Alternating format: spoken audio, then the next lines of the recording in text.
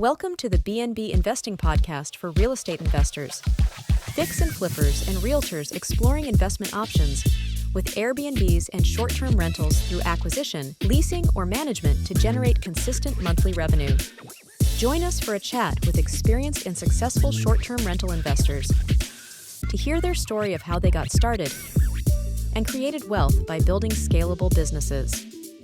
We also explore various service providers and lenders that help make our businesses more efficient and maximize revenue in this awesome sharing economy. Welcome your host, Rich Monroe.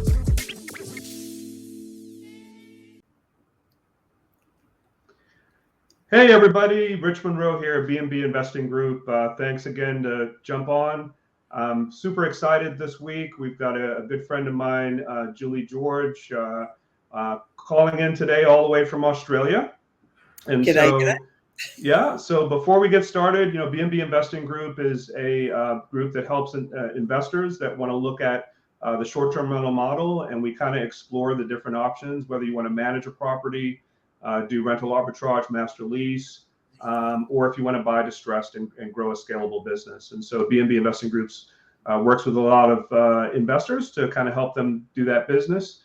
Julie also helps investors, remotely too, and so we're going to chat a little bit about that. But I'm really interested, Julie, to kind of dig in. I know your summary of your background. You and I have spoken on several panels before, but I'd love to kind of do a deeper dive today, just to kind of get a little bit more of the nuggets out of you as far as your experience and how you grew. Oh, absolutely. My favorite stories to tell. So g'day to anybody who's tuning in right now. Yes, as Rich said, I'm coming to you from Australia. So it's already, Friday here in Australia, and and I make the joke that the future is bright, and I can give you the lotto numbers if short-term rentals or property investing is not for you. Maybe we can all go and win the lotto. But yeah, really excited to get on a call with you today, and any excuse to catch up with my buddy Rich. So thank you for having me. Yeah, absolutely. So tell us from the beginning, how long ago did you get started, and kind of what brought you into short-term rentals? Yeah, it's amazing to think it's only 7 years ago. So 2016 was when I discovered short-term rentals, and it was much like most people that have fallen into this industry. It was through one of my own properties. So I had a little one-bedroom apartment where the tenant moved out. It was already furnished, and I thought, well, I'm going to give this Airbnb phenomenon a crack, see what all the fuss is about. And I managed to just pop some linen in, put the Wi-Fi on, take some photos on my trusty iPhone, and of course uplisted that to Airbnb. And within hours had my first booking. Within days had my first guest. Fell in love with it. The money, the returns. Suddenly I was able to use my own investment property, which I've never been able to use before. I had owned it for over 10 years and never slept in it once. But now, if I had the mother-in-law coming to town, I didn't have to have her stay in my house. I could put her in my short-term rental property. So there's, I guess, if you're an investor looking to get into the space, there is a bonus that you can put your family and friends into those properties, or use the property yourself if you're not using it. But so discovered the amazing space and the reciprocal reviews, and everyone was on their best behavior. So I fell in love with the whole concept, and then thought to myself, if it's working for me, it could probably work for other property investors. Now, I was working as a realtor at the time in a very flat market, and just dealing with property investors that were screaming for a good return. They were just not seeing any returns on their investments. They were selling for a loss. And suddenly this concept came to me that, well, why don't we turn some of these properties into short-term rentals, and I can be a property manager? So that structure started. I was able to offer a homeowner, let's go out and find a property to buy. So firstly, we would select a property. Then I would offer to furnish the property for a cost, and then I was managing it for a commission. And it really worked so beautifully that the structure that I put in place catapulted me to 130 properties and well over $8 million on Airbnb within 2.5 years. So that's incredible. I know. Yeah. I think back now and go, what the hell? That was nuts. So over 8 million in 2.5 years, and then just perfect timing. Before COVID, I got a tap on the shoulder of someone who wanted to buy the business, so I sold it, and of course wrote a few books, which you can see in the background here. And now I'm in the coaching space and helping others replicate that success that I've seen. All right. So so those of you that are joining, please throw a yes in the comments just to make sure that you can hear us okay. I want to make sure that we're coming across clearly. So let's back up a minute. So you started with your own apartment, and you very quickly went to managing other people's properties. Did you do multiple of your own apartments first, or did you just go straight from that? I went straight. I had one of mine, and eventually I had 6 of mine that were on short-term rentals on this platform. But I just went from one straight in and found a client. And the way I found my very first client was interesting. She was a property investor who was actually looking just to purchase a positive cash flow property. And I didn't laugh out loud at her. I did a snigger behind my hand and went, there isn't any. There's no, that's a unicorn. You can't find a positive cash flow these days, just standard, but we can create one. And that's what I said to her. I said, let's go and find a property you want a vacation in, and then let's buy it, furnish it, I'll manage it. And honestly, it worked so beautifully that 6 months later, she rang me and she said, Julie, do it again. Go and get me another one. So she ended up having 2 properties with me. She didn't even see the second one. She just trusted me to go and buy her a property and furnish it and manage it for her. God, they're the ideal clients, right? But yeah, and honestly, from there, it was the secret to then gaining more properties for me was really being able to educate my community, tell them what I was doing, become the guru, the Airbnb go-to girl, and put some articles in newspapers, a great website, wear a name badge everywhere I went. So, and I know that sounds crazy, but I am the queen of self-branding. But I would wear a name badge even to the grocery store, and the store attendant may be saying, what do you do? And of course, that led me into my elevator pitch of short-term rental management. If, I'm looking for a particular property type, if you can help me, I would appreciate it. And of course, with that simple ask, that call to action, people were coming in and wanting their properties listed on Airbnb. Very nice. And so I'm assuming you did a lot of like real estate networking groups as well to kind of meet with some of the folks that own properties? Yeah, absolutely. And working in with your local realtors. So a lot of, initially I thought they're going to look at me as competition. They're probably not going to want to talk to me. But I found a way of being able to approach these real estate agents to say, let me help you. And one of my favorite strategies, which I'm going to drop right here now, and folks keep commenting in that in the comments section just to let us know if you've ever done this yourself. But I would go to open homes. I would look for those fully furnished, overpriced luxury properties that were sitting on the market long term. I would go in there and say, would you like me to help you sell your property? And of course, every real estate agent would absolutely, their interest would be piqued at that question. So I would then say to them, let me put together an appraisal report, a free report to show a potential investor just how much money we could make on this property if we listed on short-term rentals. Guys, that's a huge nugget there. Make sure you absorb that. That's a huge one. And so, of course, no one said no to that. So I would go back, do up a 1-page document saying, this property's been identified as being a short-term rental gold mine. Here are 2 comparable properties, and I would list those with photos.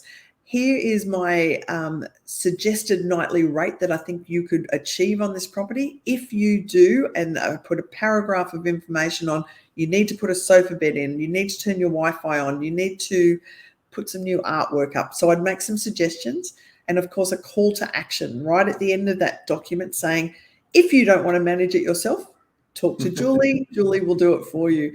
And in fact, to this day, I have that template on my website. If anybody wants to not have to reinvent the wheel, come to milliondollarhost.com.au and you can download it and you can start using it today. But easy strategy. No one says no to that. And of course, you develop that relationship with your realtor.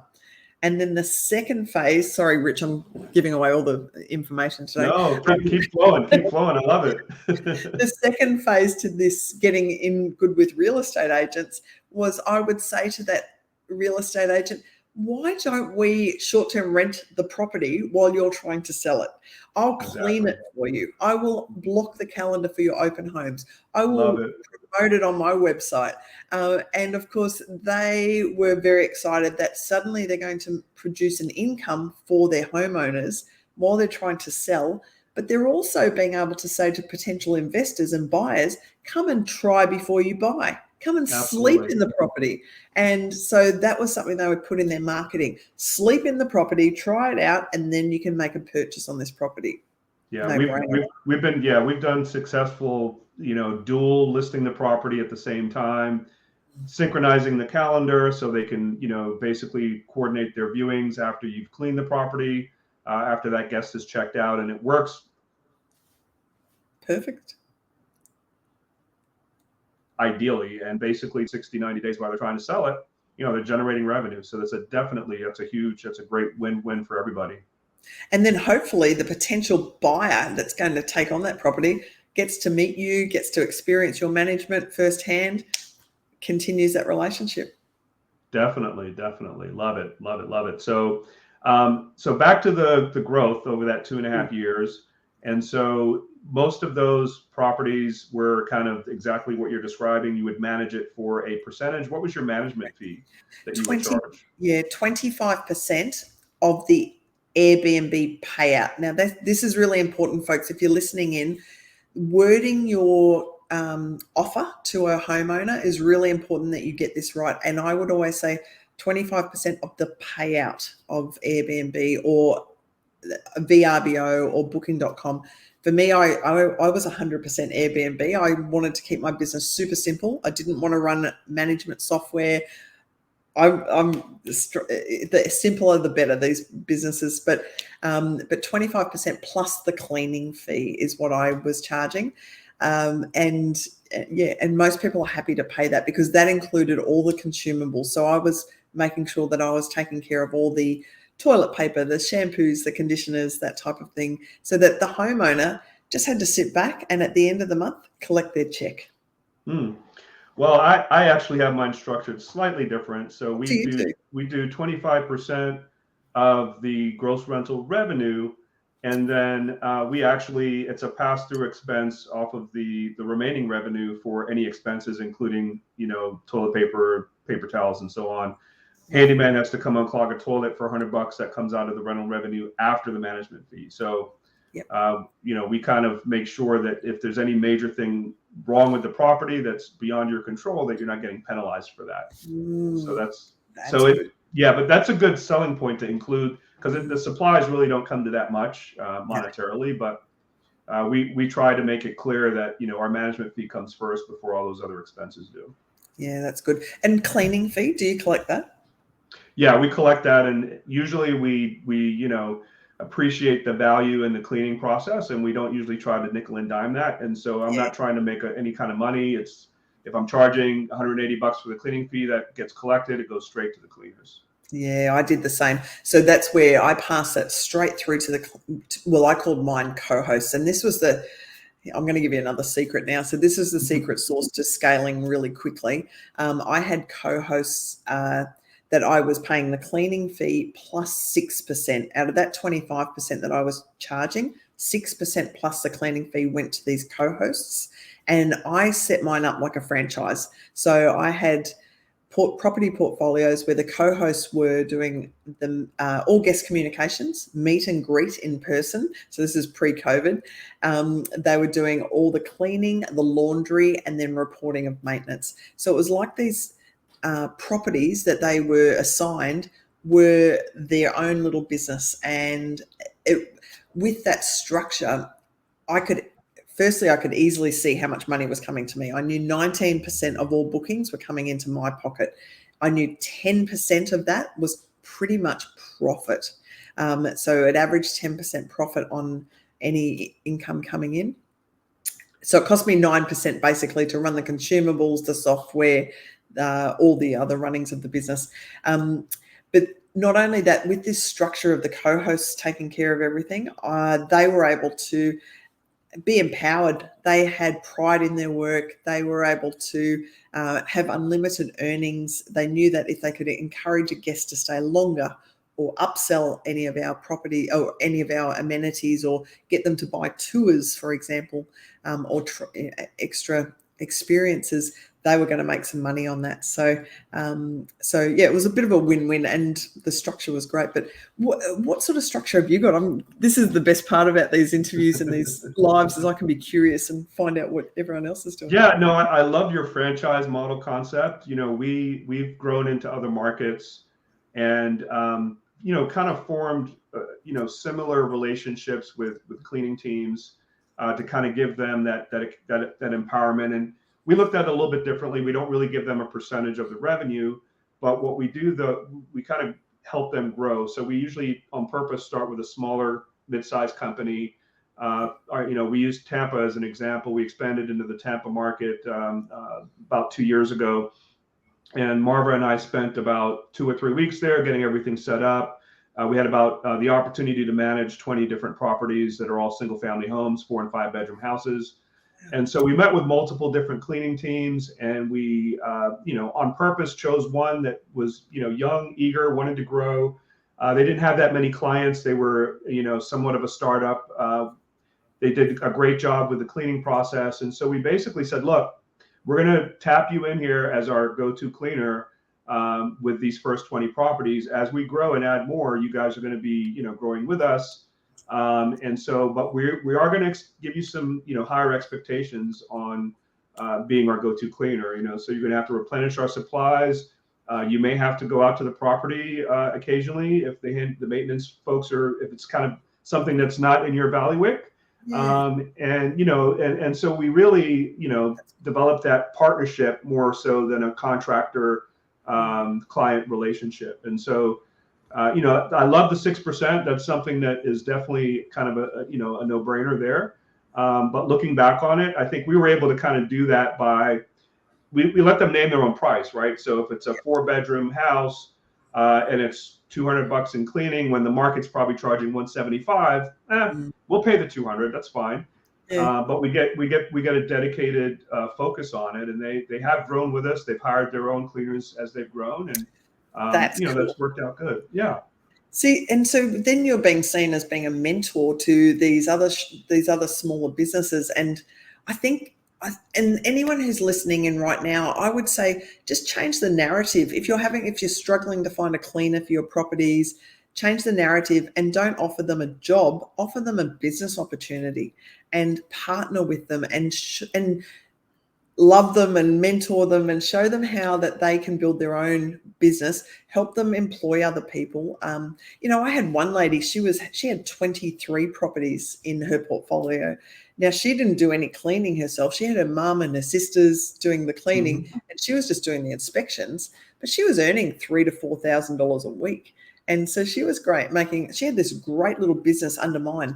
Now, having key performance indicators, of course, is really important. So I had to monitor to make sure she was at the right standards. But simply, we can just look at reviews. So if a guest review comes back and says, hang on, the cleaning was really not up to scratch here, that would mean that I would need to go back and retrain or take that property off her and give it to one of my other co-hosts. And so it was almost like a reward system. If you were doing really well and you had the capabilities to take on more properties as a co-host, I'd give you another property. And so it was endless opportunity. I guess, folks, if you're looking to grow your short-term rental in business, maybe consider like what Rich has done. Find those young, eager, enthusiastic entrepreneurs just wanting an opportunity and present this to them. Become that matchmaker between a property investor who wants to be on short-term rentals, the eager entrepreneur who wants the opportunity. Put them together. So just for clarification, Julie, your co-host structure, is the co-host also handling the guest communication? Yeah, they were. Oh, that's awesome. So I got them to do everything. Once I had a property onboarded, I would be able to flick that across to my co-host and say, right, now you're doing all guest communications. And of course, the guest communications, they would just introduce themselves as, hey, I'm Glenn, I'm Julie's co-host, I'll be looking after you. So that's how I was able to have 130 properties under Julie's profile on Airbnb. But then Glenn had 20 of them. Natalie had 23 of them. And it worked beautifully, actually. And by the way, guys, you know, the co-host is doing a lot of that heavy lifting. Guest communications and cleaning is a big part of the hospitality business. And, you know, to have them, you know, obviously you're building the infrastructure to bring them the opportunity and growing, but, you know, it's going to free up your time to continue to grow your business. So I love that model, definitely. I guess to dive a little deeper into it, and because you were talking about Tampa and remote hosting is always something that comes up. Like, how do you trust or how do you grow your portfolio if you're not in that locality? What I was doing with that, and I have been mentoring people to do this themselves, is I actually just increased the commission that I paid those co-hosts to 10% in those remote areas. But then I added some extra duties. I said, you need to go out and you need to do the appraisals on properties. You need to onboard those properties. You need to furnish them. You need to organize the photographer. You need to deal with the homeowners.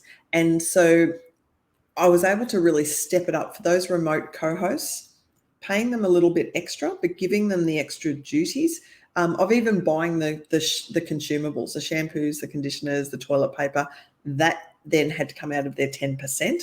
But overall, I was still in the background supporting with the all the finances, all the listings, management, the software side of things. So I guess, folks, if you're looking at taking on remote hosting, it is possible. You just need to put the right structure in place. Mm-hmm. Most definitely. And so once your portfolio grew to that size, were you in multiple markets, I'm imagining, besides?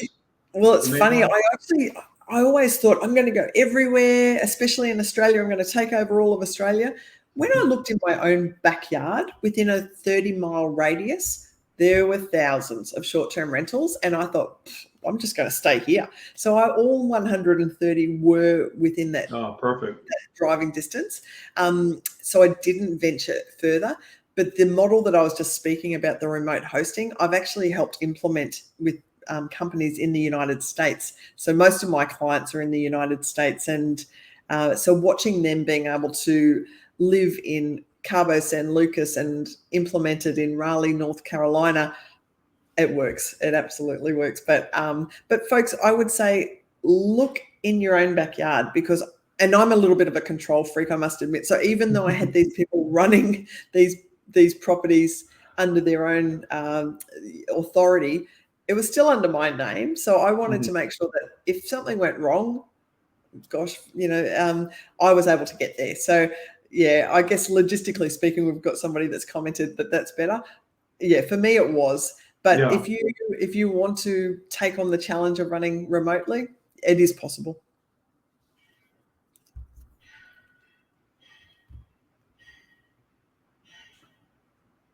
I lost you for a second there. Sorry. I know, just froze. Sorry, we're playing statues, folks, if you're listening. Once again, I'm in Australia. Rich is over in Atlanta, so we've got a little bit of there's the Pacific Ocean in between.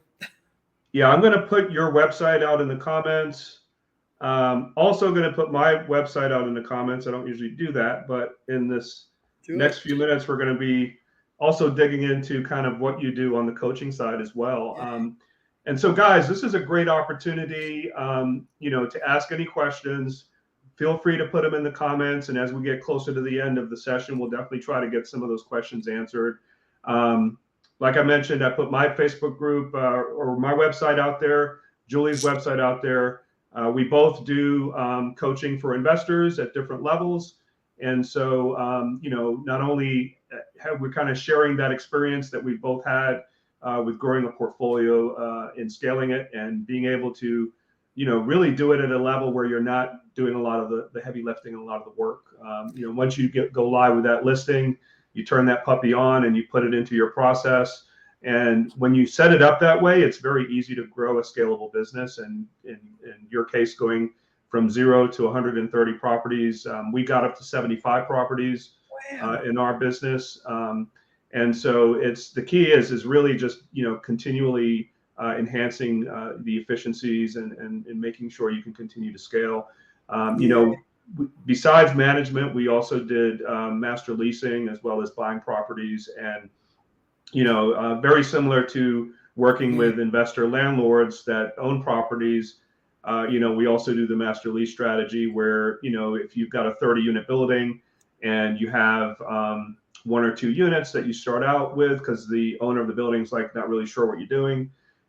Consistently after the first 2-3 months, they're like, oh my goodness, this is great. Can we do more properties? I've got another tenant that's moving out next month. Are you interested in that one? So you'll find very quickly after 1 or 2 relationships in the master lease world that you can definitely scale your business very quickly by a couple of different relationships. So it's pretty cool, isn't it, Rich? Like, honestly, it's just incredible to see. Well, I see it all the time. I've been mentoring over, I think, 200 companies now, to see just it's hard work when you start off, I've got to say. And anybody who's listening in right now, don't just think you go straight to living the high life. You do need to get in and do some of the hard work yourself to start with. But once you've got the framework in place, once you've got the structure, once you've got procedures in place, honestly, it's all about lifestyle and having that lifestyle balance. For me, 130 properties, I was working 10 hours a week, and I would turn up to my office and the girls would say, stop, what are you doing here? Don't touch anything. And at that stage, I was like, yes, I've made it. I'm going to throw you on the spot now. At 75 properties, how many hours a week are you working? I'm probably close to that, 8 to 10 hours. We on purpose have 0 employees, so we outsource everything. And so we've got virtual assistants that do, our back office bookkeeping and guest communications. And then, and that's 24/7. And then we also, like I talked about earlier with the cleaning team, we have a similar relationship with a lot of local maintenance and handymen that have been with us for a long time and that understand the urgency when somebody's calling on a Saturday that the toilet's clogged. So, we on purpose don't want to have employees.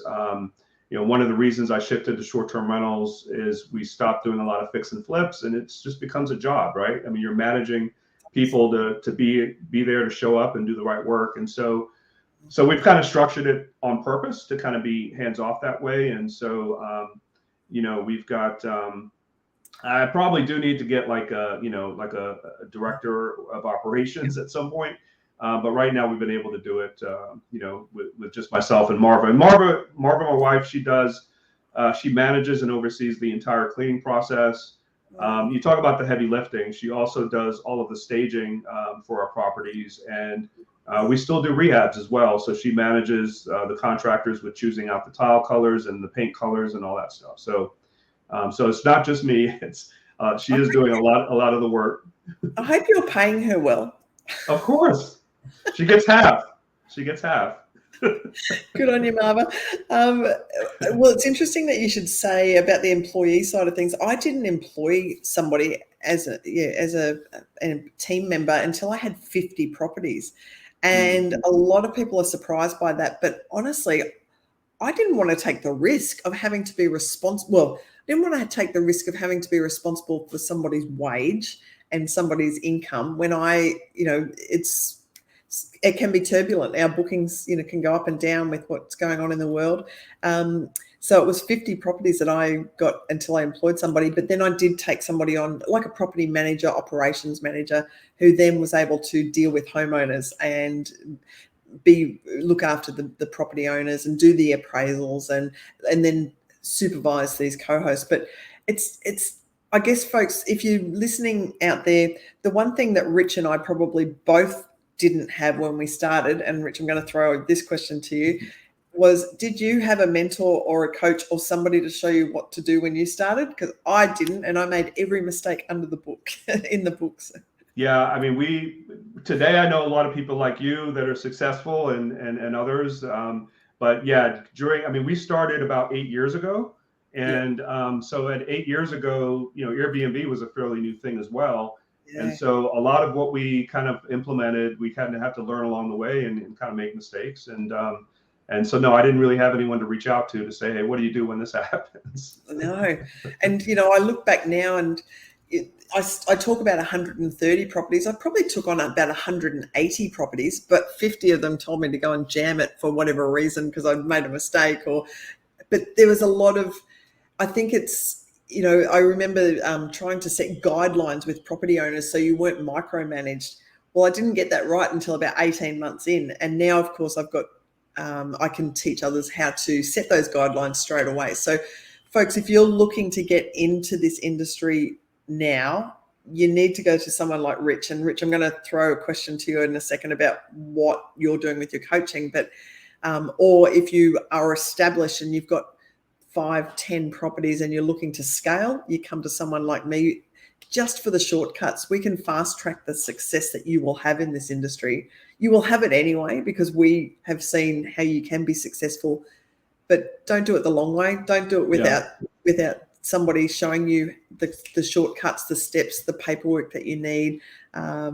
So Rich, what are you doing with your coaching? Because I want to know who should be going to you. What are they doing? Yeah, absolutely. So, on purpose, we target and talk to a lot of folks that are like I was 8 years ago, honestly. I was burnt out from doing rehabs. I was burnt out from being a long-term landlord. You evict somebody after they don't pay you, and then you have to get the house rehabbed again. And you look at the numbers and you're kind of banging your head up against the wall. Why am I doing this? So a lot of our clients are folks that are in real estate already. They may already maybe doing wholesaling. They might be doing fix and flipping. They might be long-term landlords, and they're looking for another alternative to be able to kind of get passive income. And so, we have kind of a 90-day program that focuses on the objective of getting that first listing set up and running and generating revenue. And we kind of customize it to whether that person wants, everyone has different wants and needs and there are different stages. So, we look at the first thing we do is we run an analysis to see, well, what's the best strategy for you for that first 90 days? I mean, we do all three in our business, and I would recommend having that diversity. I like the diversity, frankly. But you got to start with one of them, right? So we kind of strategically walk through the best approach, and whether you want to do master lease rental arbitrage, and you're still going to need some cash to do that. You're going to need between 10 and 12,000, even if it's on a 1-bedroom per unit to get things started to invest in it.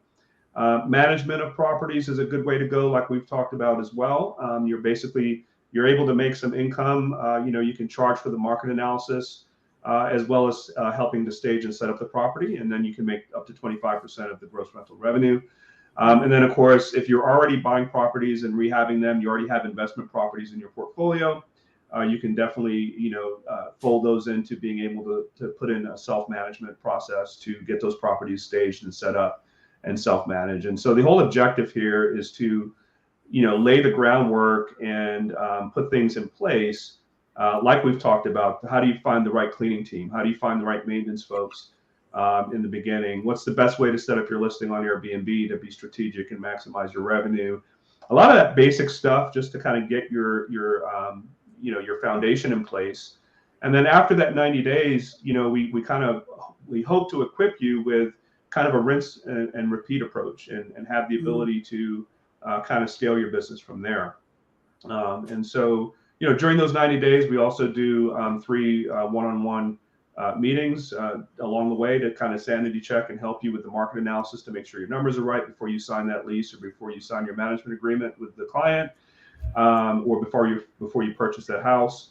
And then we also, do a one-on-one with you, right at the point where you have the property ready to go to make sure that you've got all your tools in place for price optimization, channel manager, and things like that. And then we also do a week grouply call every Wednesday.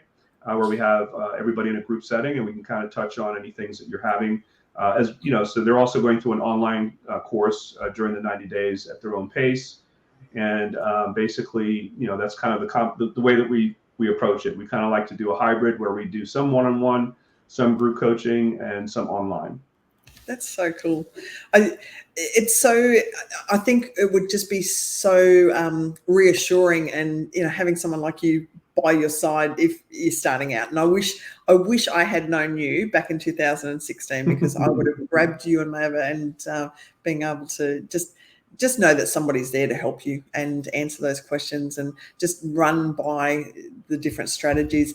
It's fun, like, I've done all 3 strategies now. I've got an arbitrage apartment across the road here that I'm running at the moment. I've done the ownership, done the management. So it's really interesting to see how it all ties together. But folks, you just need to look for the right opportunity, and the right opportunity plus the right coach of, having Rich by his side, that excites me. Actually, can I just ask anybody who's listening in right now, would be really interested in knowing who is listening in. Throw a comment in the Facebook chat about whether do you have a short-term rental property at the moment? Are you interested in it? Or do you have an existing portfolio and looking to scale? Just so that we can, I guess, know who we're speaking to in the audience. But yeah, throw us a comment. It's a little hard when you're doing these lives. You don't actually know who's listening in. So I guess Right.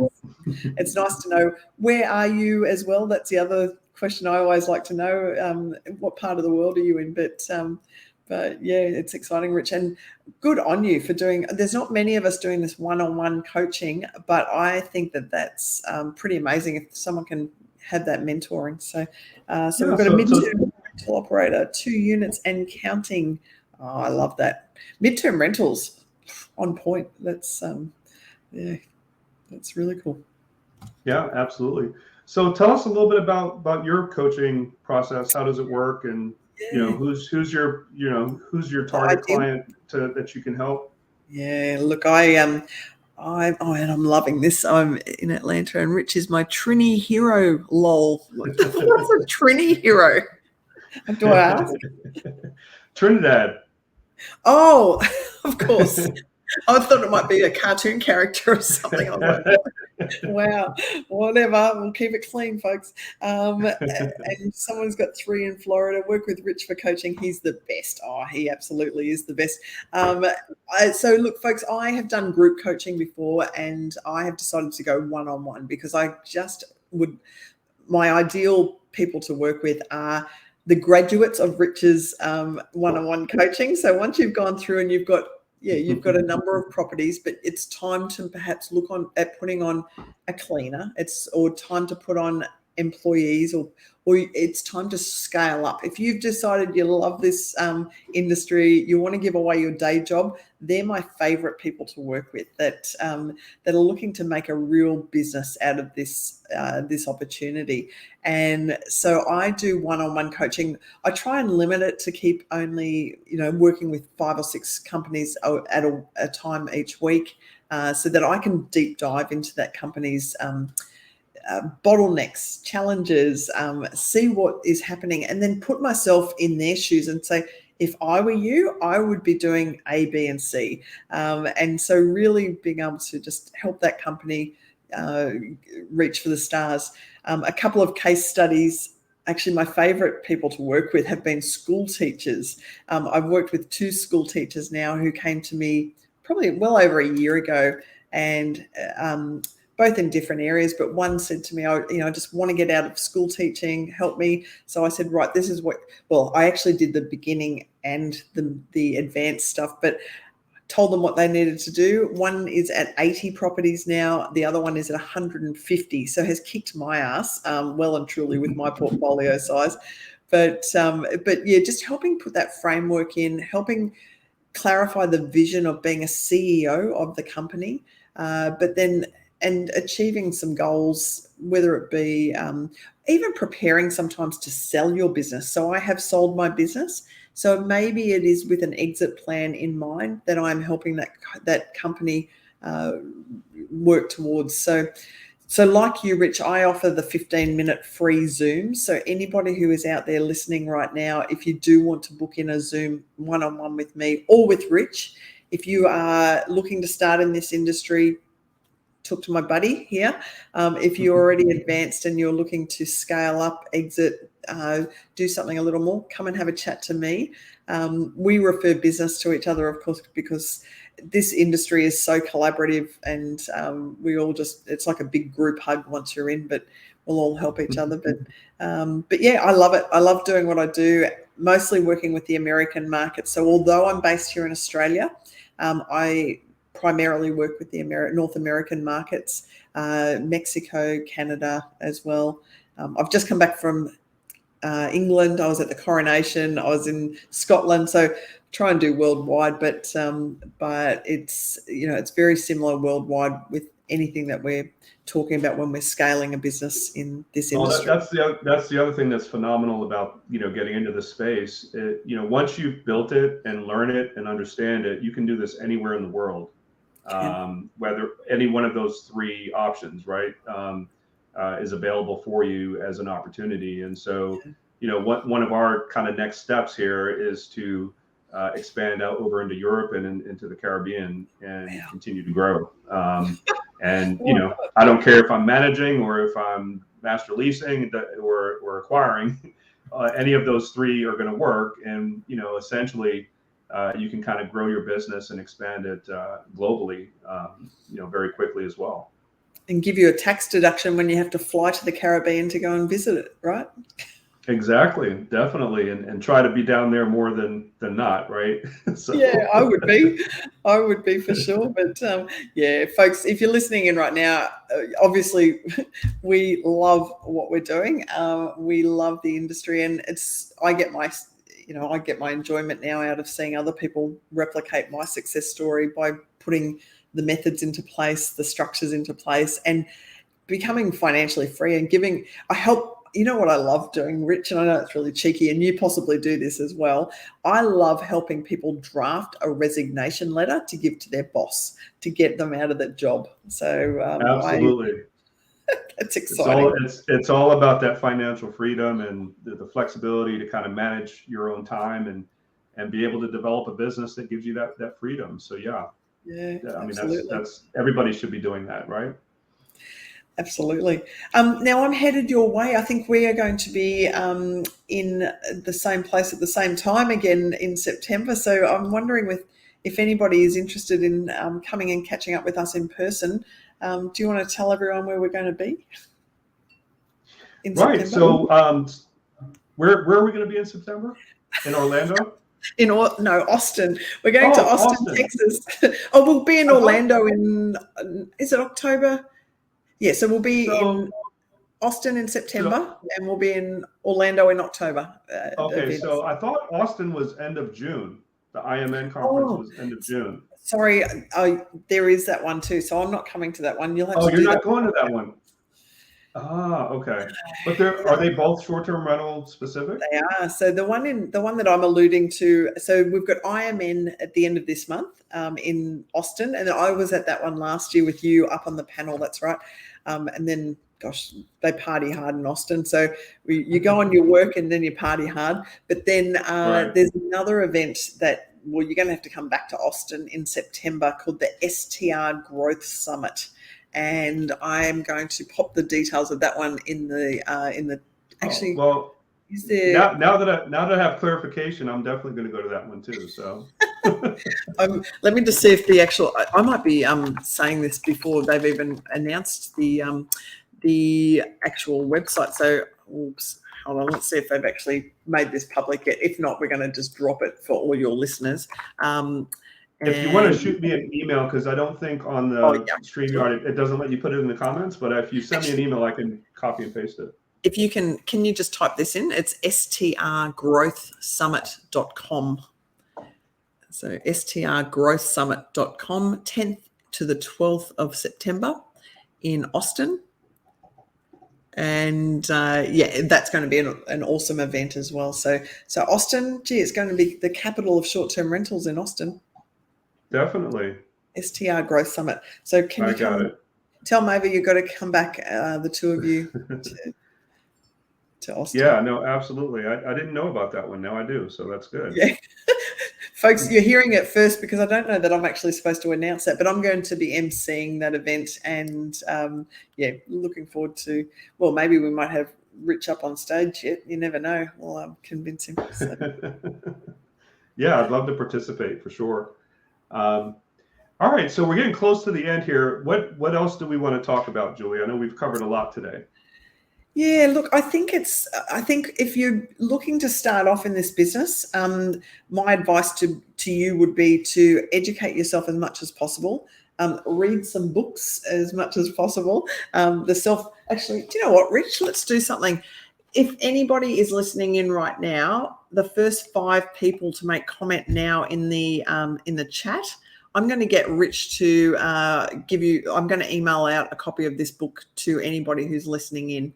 So 5 people, if you just want to say, I want a book, whatever it might be, then let us know and we'll get you a copy of this $1 Million Host. So there we go. Someone's listening. So Rich, you have to take notice of who's listening and who we can give a book to here. But I'll definitely get that out to those guys for sure. I'll shoot you an email.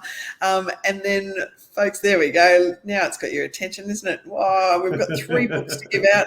Who's the other 2? Here's another There's one. 4. One more book to give out. So the last person to come in, but Rich will get those to you. Someone's asking, sorry, I'll answer that question and then I'll come to the question in the chat. I would say make sure you educate yourself as much as possible and then get yourself a coach, because you are going to succeed whether you regardless, but you're going to succeed faster if you use someone like Rich by your side. And then, of course, once you've advanced and you've decided that you really love this business and you want to turn it into a massive empire like I did, then you come and have a chat to me. I've got 2 spots available at the moment for coaching. So I'm looking for the right people to work with. I'm pretty fussy about who I'm working with, but if anybody wants to, they can jump on. Orlando, someone's asking about the Orlando conference. Now that is, Rich, I might get you to pop this in the chat as well. So the Orlando conference is VRMA. Yeah. VRMA, oh gosh, what is the actual VRMA? Is it their international annual one again? So I think it's just vrma.org. No, I've got it. I'm trying to see which one it is. And that is going to be... is it their executive summit again? No, it's the international conference. Right. Okay, so it's October the 22nd to the 25th. It's going to be at Disney's Coronado Springs Resort. Gosh, that sounds like a bit of fun. And that is one of the biggest conferences. It's a one-stop shop for industry education, networking, and we would love to see you come along to that as well. So, Rich, we'll have to get up on stage on that one too, right? But of course. Are you a golfer by any chance? I'm just going to throw this out there. Do you play golf? I am a golfer. Okay, I try to play. You're not? I'm not, but we are going to hold a golf day the day before. I'm partnering with a couple of people, Mount Boostley. We're already putting together a little golf day to put on before this event. And awesome. I'll be in charge of the party afterwards. We're going to have a party at the so I'll let you do the golfing, but I'll do I'll put the drinks on at the bar. So that sounds great. That's awesome. That's good. So listen, Julie, I really appreciate the time today. It was great catching up with you. Thank you. Thanks so much for taking the time. I'd love to have you back again sometime soon as well, so we can continue the conversation. I think the folks in the group are definitely appreciative of the information that you're providing. And so you always make it a point to drop some nuggets at us, which you've done today. So really appreciate that. Like Julie mentioned, if you guys are interested in the coaching that either one of us provide, I think the easiest thing is to shoot us a message on Facebook Messenger, and we'd be happy to schedule a quick 15-minute call just to kind of touch base with you, see what your goals and objectives are, see where you are in your business, and see how we can potentially help you. So we'd love to do that. And thanks again, Julie. We will hope to see you in September. Yes, September, not in 2 weeks when I thought, sorry, we got confused. There's just too many events going on in our world. There are, definitely. I'll get, but thank you for having me today. And folks that have tuned in, thank you very much for listening. Awesome. Yeah. Thanks, everybody. We'll see you next week. Take care.